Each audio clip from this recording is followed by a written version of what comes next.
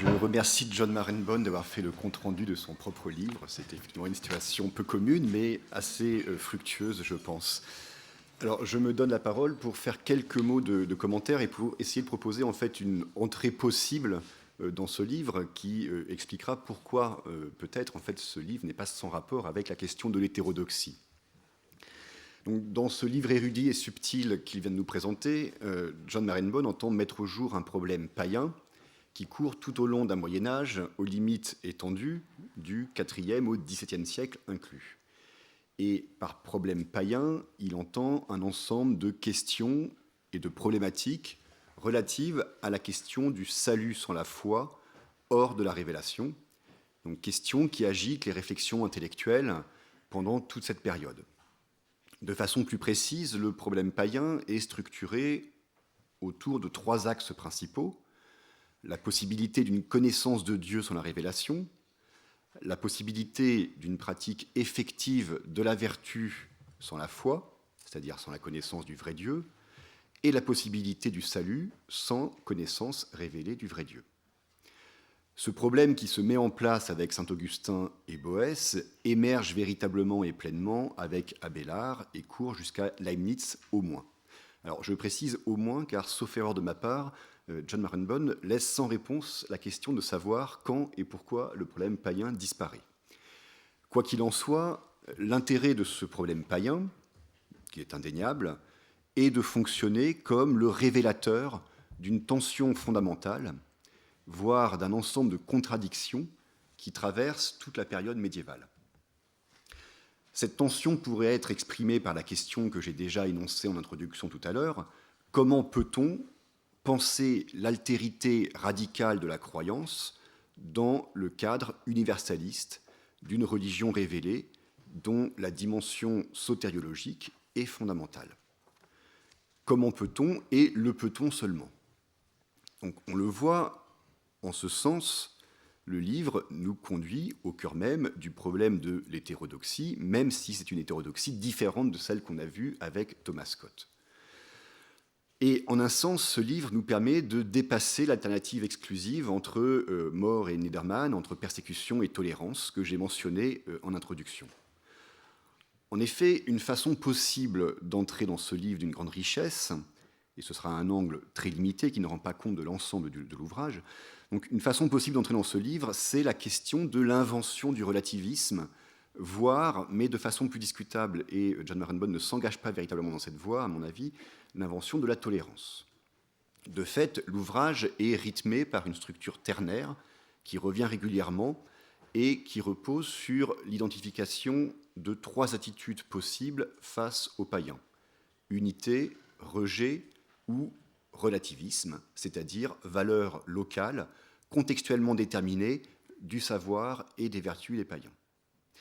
Ce relativisme restreint ne remet pas en cause directement le cadre universaliste de la pensée médiévale chrétienne, mais il autorise une prise en compte autonome de l'altérité. Donc il ne s'agit pas de chercher des cas médiévaux de tolérance, d'athéisme ou de relativisme même, entreprise vaine et inutile, mais de raisonner en termes de conditions de possibilité. Qu'est-ce qui, au Moyen-Âge, rend conceptuellement, intellectuellement possible tel ou tel phénomène, comme la tolérance par exemple, qui apparaîtra plus tardivement?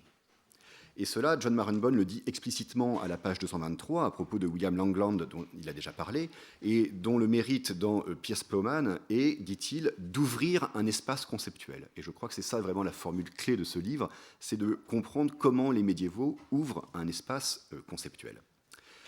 Alors, si l'on suit cette ligne de réflexion, il est une conclusion qui, à mon avis, ressort immédiatement.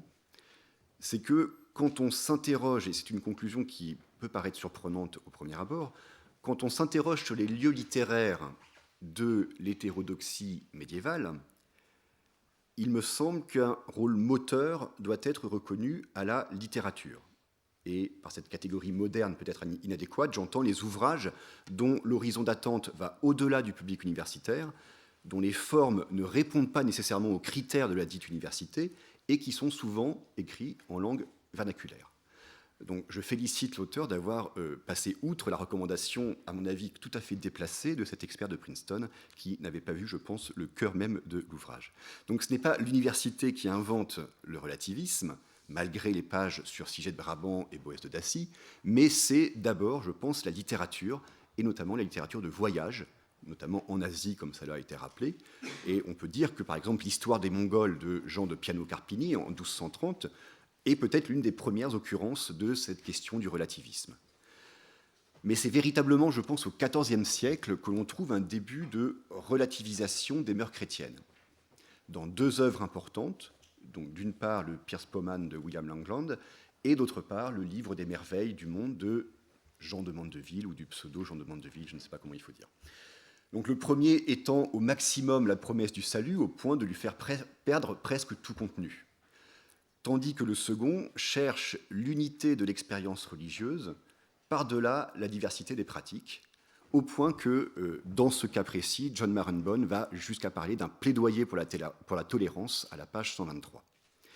Alors, il est intéressant de constater, en prolongement de ces remarques de John Marrenbone, de constater que Carlo Ginzburg utilise la même expression, donc de tolérance, quand il présente le texte de Mandeville, qui est l'un des auteurs de référence du fameux meunier Menocchio, dans Le fromage et les vers. Donc c'est à partir de la lecture de ce texte, notamment, que Menocchio formule ses opinions hétérodoxes. Et d'ailleurs, entre parenthèses, je pense qu'il serait utile de faire un jour la généalogie de cette idée, déjà présente chez le philosophe des Collationes d'Abélard, donc cette idée d'un noyau spirituel nécessaire et suffisant, composé de l'amour de Dieu et du prochain, par-delà toute différence cultuelle, donc noyau spirituel suffisant pour qu'il y ait véritablement culte de Dieu. Ce serait utile puisque je pense qu'on a là vraiment un élément clé dans le processus de relativisation de la dimension institutionnelle des religions. Mais je referme ma parenthèse. Donc il apparaît, me semble-t-il, que la remise en cause de l'hégémonie culturelle et intellectuelle de l'Église se fait à la marge, dans les textes qui produisent des effets concrets, comme le montre le cas de Menocchio, donc dans les textes littéraires. La littérature apparaît comme le lieu d'expérimentation de l'altérité des croyances, en particulier, comme cela est rappelé, page 223 par John Marrenbone, en raison d'un contrôle institutionnel et intellectuel plus faible dans ce type d'écrit. Néanmoins, et ce sera ma première question, première remarque, ces écrivains sont, dans leur majorité, des clercs éduqués à des degrés divers dans les structures d'enseignement médiéval, et leurs idées ne sont peut-être pas totalement isolées de la culture universitaire. L'accent mis sur les conditions de possibilité conceptuelle de la tolérance exigerait indubitablement une enquête approfondie sur l'origine savante de ces idées. Alors, faute de place, sans doute, cette enquête ne pouvait pas être proposée dans ce livre, mais on se prend à regretter que les œuvres littéraires se voient consacrer des chapitres séparés, comme le montre le plan, qui donnent une impression de juxtaposition des mondes universitaires et littéraires, alors même qu'il y a sans doute une plus grande interpénétration de ces deux mondes. Par exemple, les positions surprenantes de Thomas Bradwardine sur l'idolâtrie, surprenantes puisque ce théologien qui critique les nouveaux pélagiens semble défendre en quelque sorte l'idolâtrie des païens.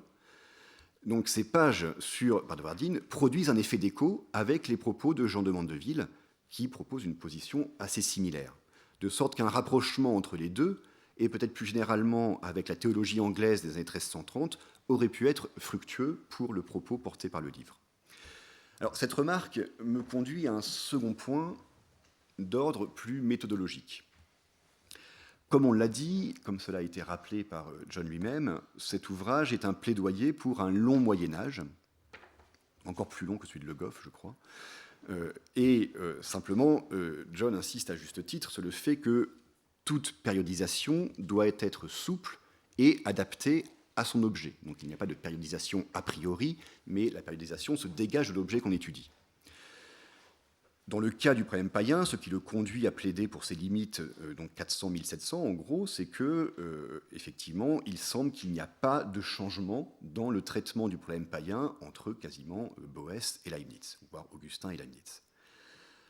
Dans cette histoire, si l'on suit le prisme de l'émergence du relativisme et de la tolérance, quelques figures se distinguent, non pas qu'elles soient tolérantes ou relativistes, mais parce qu'elles mettent en place les instruments conceptuels qui permettront ultérieurement de penser la tolérance ou le relativisme. Il s'agit de Pierre Abélard, de Robert Olcott, par certains aspects de Thomas d'Aquin et de Thomas Bradwardine. Pourtant, leurs positions, qui sont même qualifiées à une occasion par l'auteur de plus généreuses à la page 178, semblent minoritaires, voire extrêmement isolées dans le contexte médiéval. De sorte que la question se pose de savoir ce qui rend possible de telles exceptions. Comment, au Moyen-Âge, a-t-il été possible d'avoir cette position, disons, généreuse envers les païens ? On aimerait en fait savoir s'il y a des liens plus ou moins souterrains entre ces théologiens ou s'il s'agit simplement de structures intellectuelles qui produisent des effets similaires à des moments différents.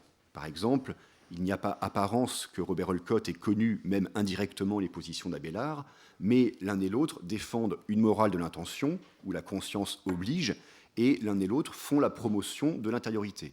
Donc on aurait peut-être ici deux critères nécessaires pour arriver à cette compréhension plus généreuse des païens. De la même façon, donc, la proximité que j'ai signalée entre Bradwardine et Jean de Mandeville appellerait une clarification des généalogies textuelles, conceptuelles, mais aussi sociales et culturelles. De fait, on peut se demander si, et donc ce sera ma troisième remarque critique, si l'ouvrage, en proposant une histoire conceptuelle, donc une histoire d'un problème intellectuel et des solutions intellectuelles apportées à ce problème, ne court pas le risque d'être accusé de verser dans une forme d'idéalisme. L'ouvrage ne manifeste en effet qu'un intérêt limité pour les structures sociales qui sont à l'horizon des concepts. Et cela peut produire des effets. J'en donnerai deux exemples qui sont liés. Premier point, les structures d'enseignement. Ne peut-on pas penser que la permanence des universités médiévales et des méthodes scolastiques au XVIe et XVIIe siècle est l'un des facteurs qui explique la pérennité du problème païen pendant cette période, même chez les auteurs qui ne sont pas universitaires, mais qui subissent encore l'hégémonie intellectuelle de cette institution. Le problème païen ne serait plus véritablement un problème vivant, mais peut-être simplement un débat scolastique figé, un peu comme une étoile morte dont on perçoit encore la lumière. Deuxième point, la réforme. Elle est étonnamment peu présente, finalement, dans la dernière partie du livre qui couvre la période 1400-1700. Alors certes, plusieurs auteurs protestants sont évoqués, et leurs positions ne sont guère différentes, et même parfois plus sévères que celles de leurs collègues catholiques.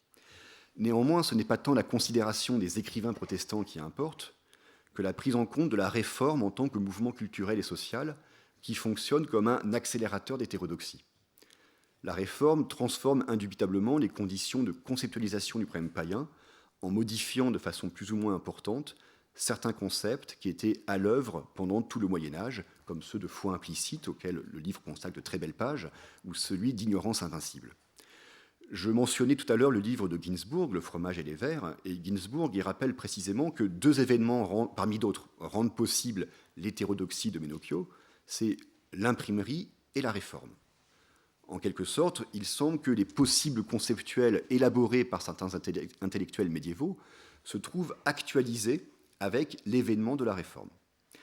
De la sorte, nonobstant l'inertie que la structure universitaire confère au problème païen, on peut se demander si cet événement, la réforme, ne signe pas le début de la disparition progressive du problème païen, qui se trouve remplacé peu à peu par ses successeurs modernes, qui sont signalés en conclusion, le relativisme, la tolérance, l'athéisme. Si c'était le cas, il faudrait bien revenir à une rupture entre Moyen-Âge et modernité qui serait amorcée par la réforme. Néanmoins, j'en conviens, dans le domaine de l'histoire intellectuelle, les ruptures franches et brutales sont rares, voire inexistantes, et on assiste le plus souvent à un effacement progressif d'un phénomène pendant quelque temps qui va coexister avec celui qui est appelé à le remplacer. Alors, on le voit, en suscitant la discussion, le livre de John Marenbone, dont je n'ai pu évoquer vraiment qu'une infime partie, mais je voulais juste donner une clé d'entrée dans cet ouvrage, est véritablement un livre qui donne à penser, un livre qui ouvre de nouveaux champs d'enquête.